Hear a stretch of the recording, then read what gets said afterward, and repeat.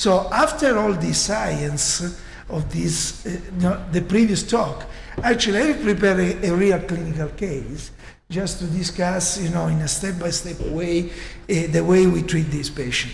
So actually, this is an old man of 81 years old with this risk factor, symptomatic severe peripheral artery disease, admitted for ACS with a troponin peak that is 6,000, and the ejection fraction was low, 35%, with hypokinesia in the anterolateral part of the left ventricle. So this is the angiogram. Can you run the angio? Now this is the way, I know that. This is the reason why I asked to come up with my laptop, because now it's not possible to run all the clips here. To the technician, what is the technician? The RAM do not move, so this is the reason why I asked to come over, to come with my laptop. It's very important to see the run, otherwise it's meaningless. It's better to discuss the previous two presentations. No. Is it all the video? No, it's not like that. We need to see now. This is not. We need to see the coronary artery. Otherwise, it's impossible to run. But anyway, there is a left main disease. I think it's important to. We believe you, Giuseppe. You can just tell us what the angiogram shows. Yeah, it's what I'm saying to you is trifurcation with severe left main, very calcific, and so forth. This is the angio of the aorta that demonstrates that there is no access, because the minimum diameter is 3.8 millimeter at the level of the right and the left, so it's very difficult to get through with supports here. But when you look at the axillary and the axillary artery on the left, the mean diameter is 8 millimeters. So based on that, the case summary is that we have a very severe left main disease, very calcific. It's a trifurcation. I hope that the live in a box that they prepared is possible to be visualized, but this is the summary of the case. A very low ejection fraction, left main plus 3 vessel disease. The SINTA score is 46 and the STS score is 5.3. So the discussion is about CABG or PCI, but if we are here, for sure, the decision was the PCI because the patient refused to go for surgery because of the age and also the peripheral vasculature with the risk of having let's say, bowel infarction. So the patient preference was to go for transcatheter approach. So our strategy was to go for a cardiac support, because this is a very complex disease, a SINTA score of more than 45, and with low ejection fraction, and we decided also to go for imaging guided left main PCI. Now probably you can see here on the right hand side that was also difficult, even though the minimum lumen is 8 millimeters. Sometimes when you have a very severe calcification, you need to keep in mind that the impella, the pushability of the impella is very tiny. The catheter is very soft. It's like a Coke straw. So when you push too much, you have an intussusception of the catheter. So you need to be careful, and sometimes it's better to go with a long sheath before going ahead with this device. But anyway, we were able to get through the axillary, and we put in place in the left ventricle the coronary, the impella system. So this, by luck, it's possible to see the challenge to get through with a wire, and now you will see the angio probably, and we can review together the amount and the extent of the disease of this patient. Look at this. This is the left main in trifurcation, severe calcification. It's a very, very tough case. And after that, we put 3 wires. We decided to go with 3 wires. Actually, we can start the discussion at this point. Probably Antonio and the other people, you of the panel, you might say, okay, I prefer to go with, because of this, difficult pushability and navigation of the wires, it's better to go with a rotablader. But actually the situation, the trifurcation was really tough. I prefer to go with 3 wires, and when I tried to go with the IWUS, the lesion was uncrossable. It was not possible to visualize exactly the 3 main branches of the left main. So the intended therapy at this point was to keep up with the imaging-guided PCI, but we need to prepare the lesion with a calcium modifier. And having the 3 wires there, the only way to go is the only way. One of the way, but for me is the best way, is the laser. Is the laser why it's possible to get through the coronary, and it was crossable. It was not crossable with the IWUS, but it's crossable with the laser. And actually you can go for granate PCI even though you have the 3 wires. Otherwise, if you go with a rotablader, it might be a mess, because with 3 wires you cannot go with a rotablader, it's extremely risky. And again, if you go with just 1 wire, the risk is if you lose the circumflex and the ramus intermedium, it's a mess in this patient with a 30% of ejection fraction.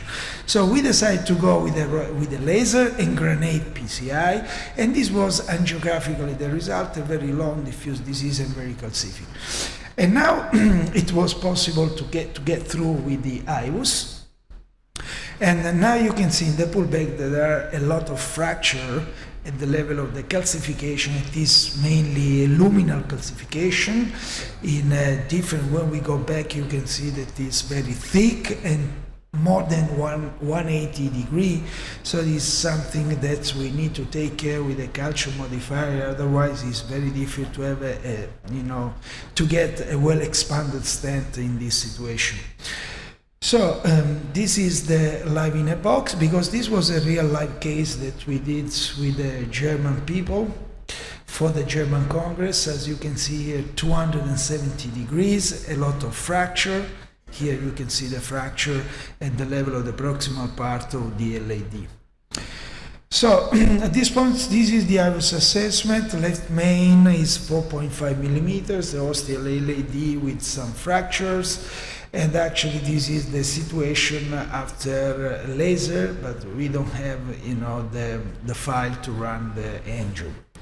At this point, how would you treat? Would you go with the provisional stenting? That means 1 stent in the left main and LAD, and then to go with PCI, or you prefer to go with 2 stents in this case? I don't know, Antonio, what you do in this case. You prefer to go with 2 stents? We have many trials that demonstrate provisional is more than enough, but sometimes it is what it is. The situation might be tough. What do you think? Speak up, because on the territory of the circ, was a big circ, was a small circ. If it's like a small circ with a not super territory, I will go like for provision. But if it's fundamentally a big circ with a high amount of disease, especially at the ostium, I would prefer to go with a 2 stents strategy.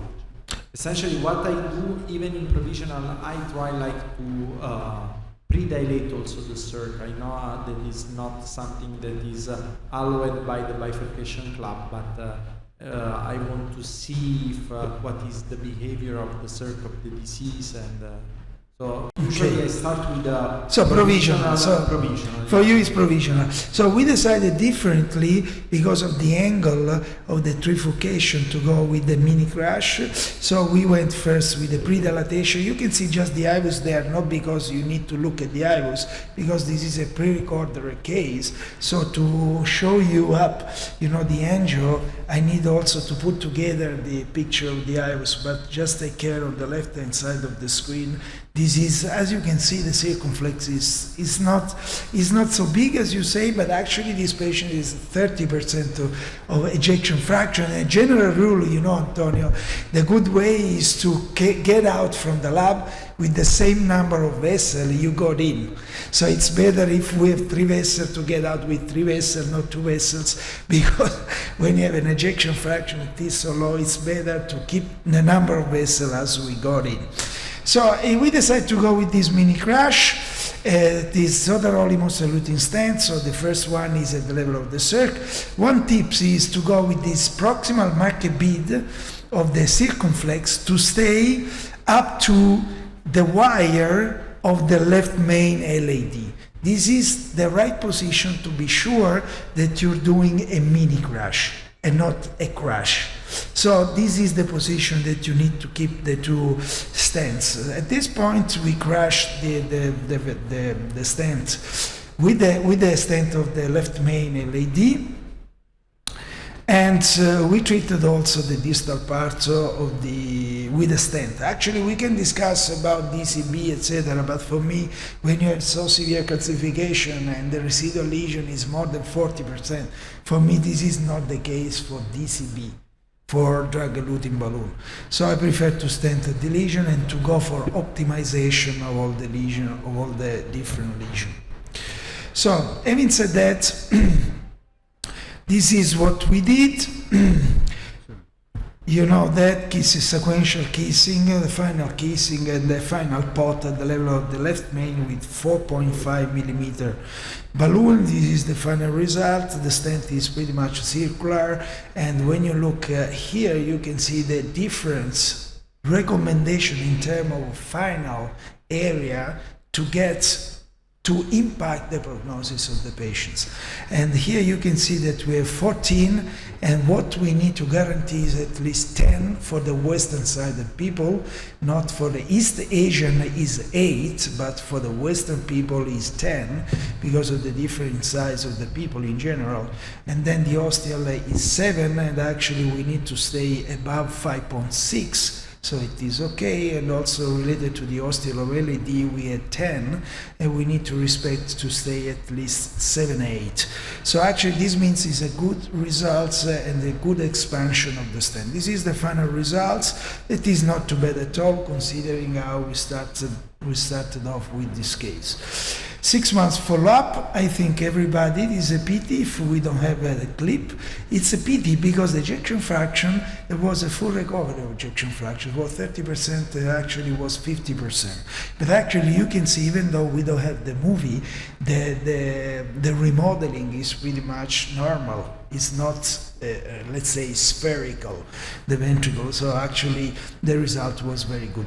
Just 3 takeaways. I think this is important for all of you. The first takeaways is we have an Antonio also. I would like to get an Antonio because we wrote, in Italy many consensus document, also in the PCI document. I was the senior author of this consensus document. And we always struggle to find out and to memorize the definition of a high-risk PCI. What is high-risk PCI? Should we have a low ejection fraction? Is this mandatory? Do we need to have a left main disease long lesion? For me, this is not the way to interpret the high-risk PCI. The way I interpret the high-risk PCI is that when PCI is not guideline favored or indicated. And to be very simple as possible, but to give you some guidelines, is that we have in the ESC guidelines class 1 indication for CABG, and we have 2B indication or 3 indication for PCI in this subset: 3-vessel disease, no diabetes, symptom score is more than 22, or 3-vessel disease and diabetes, and left main symptoms more than 32. In this case, it is always high-risk PCI, because PCI is not favored. So we don't need to remind, definition related to ejection fraction and other things, because when we decide not to operate the patient to go for PCI, we need to do a super PCI, and the super PCI needs a support, needs the IRIS guided, and so forth. So for me, what has to be considered a high-risk PCI is what we define by context. That is the class 2B and 3 indication for the PCI. Specifically, PCI should be validated systematically through the heart team. So we cannot skip the class 1 recommendation and do the PCI without gathering in the surgeon, without gathering in the shared decision making the patients. We're not supposed to do that. So actually, why early support? The second takeaways is we need to start in a high-risk PCI the support as early as possible and not waiting for the complications of the PCI, because we prevent the collapse, we have a better stability and less vascular complication. because we have all the time of the world to prepare the vasculature of the patient. This is the Rolex trial that we publish in Eurointervention. It's the largest registry for left main disease treatment, and here you can see that the use of imaging is a must, is not a wish, is a must, because when we use the IVUS, the TLF dropped down 3 times less, from 7.6% to 2%. So the use of IVUS is extremely important, is one indication in the guidelines. So in conclusion, the last point is that you will see in the next PCR we're going to present in a late-breaking trial the joint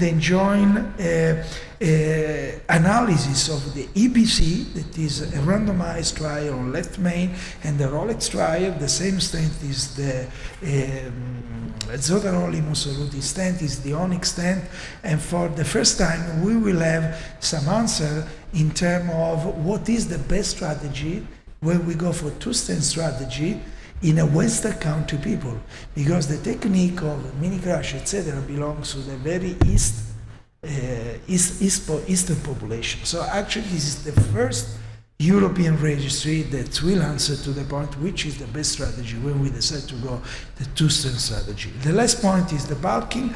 As I told you, when you have a wireable but not crossable lesion, 2 options is laser or rotablator. Rotablator is when you don't have 2 or 3 wires. When you have to save many vessels, I think laser is the way to go. Thank you for it.